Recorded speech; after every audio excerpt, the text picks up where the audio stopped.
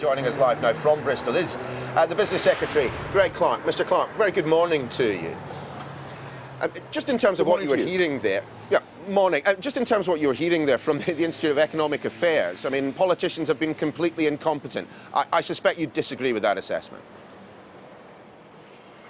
I'm afraid I didn't hear everything that went before, but in terms of the consequences of no deal, I think businesses, large and small, all recognise that we need to have an agreement. The idea of having the uncertainty of literally not knowing what our trading relationship is going to be with our most important trading partner is not something that that we can contemplate with any kind of complacency. We have to have a good agreement, not least because this is, I'm here in Bristol, we're talking about aerospace today, we're talking about life sciences.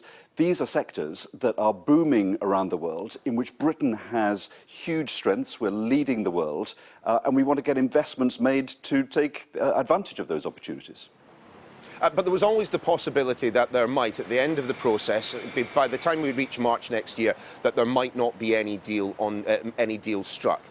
Can you just confirm, in your view, is the United Kingdom ready for a no-deal Brexit? Well, we can make the preparations that are possible to make, and we've published throughout the year an indication of what steps businesses would need to take in that eventuality. But some things simply can't be avoided. For example, the bulk of our just-in-time manufacturing trade goes through the Straits of Dover, whether the Channel Tunnel or between Dover and Calais.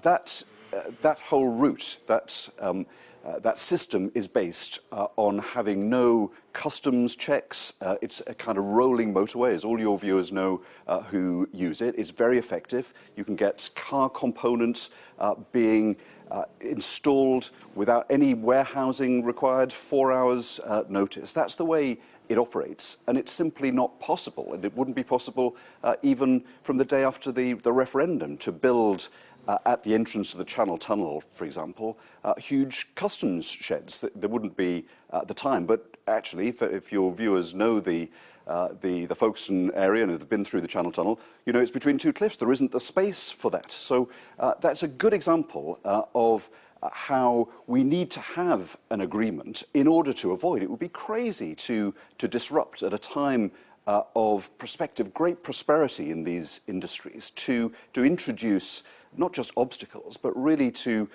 destroy some of the foundations of the success of some of our most brilliant industries. But Mr. Clark, just to pick up on something that you just said there, you said that if we had started on the day that we voted, on the day of the referendum, we wouldn't have been ready by now. OK, that may well be true, but we didn't need to trigger Article 50, did we?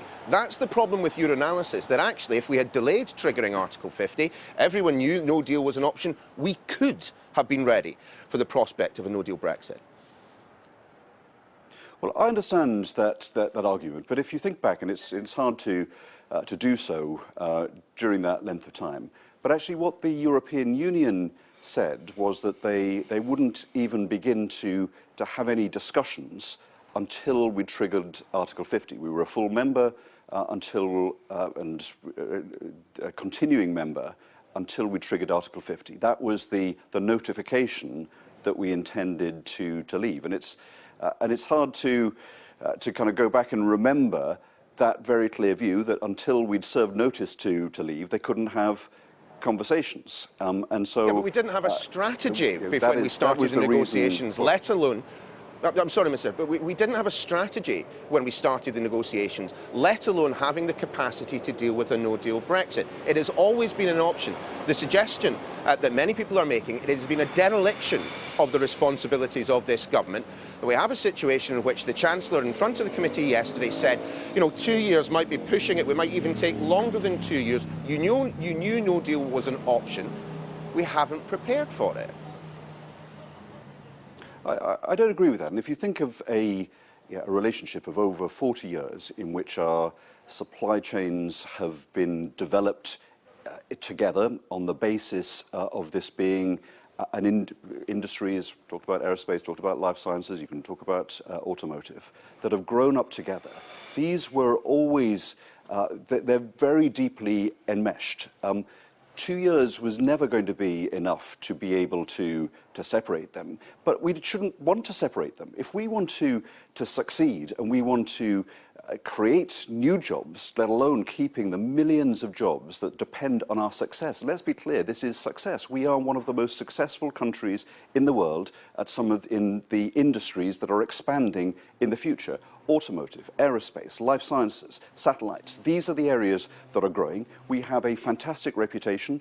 Aerospace today, we're going to be launching a new deal with the aerospace sector. We are the #2 aerospace industry in the whole world, second only to the US. There are waiting lists for aeroplanes right across the world. We are the wing capital of the world for the aerospace industry. We should be embracing those opportunities. To do so, we need to be able to trade without frictions with our European partners as well as the rest of the world. Well, I suppose the good thing about the aviation industry is that it doesn't require car parks at the port of Dover. But just in terms of the vote coming next week, there have been reports this morning that just on that point, the aviation industry, the aerospace industry is a good example of where it relies on just-in-time production.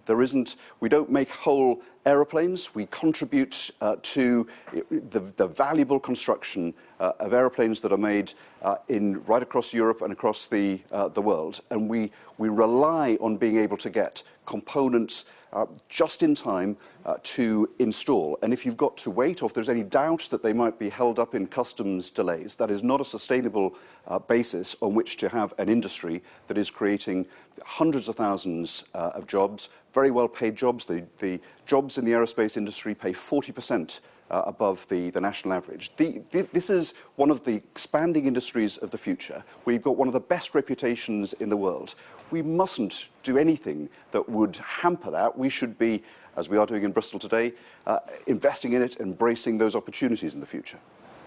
Indeed. Well, I just want a very quick question as we're coming to our end of our time with you, Mr. Clark. The vote on Tuesday, categorically that is going to happen. A suggestion this morning that there have been colleagues of yours within the party, within the cabinet, urging perhaps to think again because it could be fatal for your administration. No, I think we need to have the vote. We need to press on. I'm with businesses all day today. They want an end to the uncertainty. They want to know with confidence what our future trading relationship is going to be. I think the deal that's been put forward and is being scrutinised by the House of Commons, I think is fair to the 52% that voted leave. We're leaving the European Union. We'll be able to have our own free trade agreements, to set our own migration policy. We'll be out of the CFP, out of the Common Agricultural Policy. We won't be making annual payments. That is clearly implementing the result of the referendum. But crucially, it's had the backing of business, and you'll know this having reported it over the last few days and weeks. Business regards this deal as providing the necessary conditions for them to invest with confidence in the future. There is a wall of investment that is waiting to be built, waiting to be invested in this country. Once we can provide the certainty that they regard this deal as giving for the future prospects for trade with the European Union and therefore the rest of the world.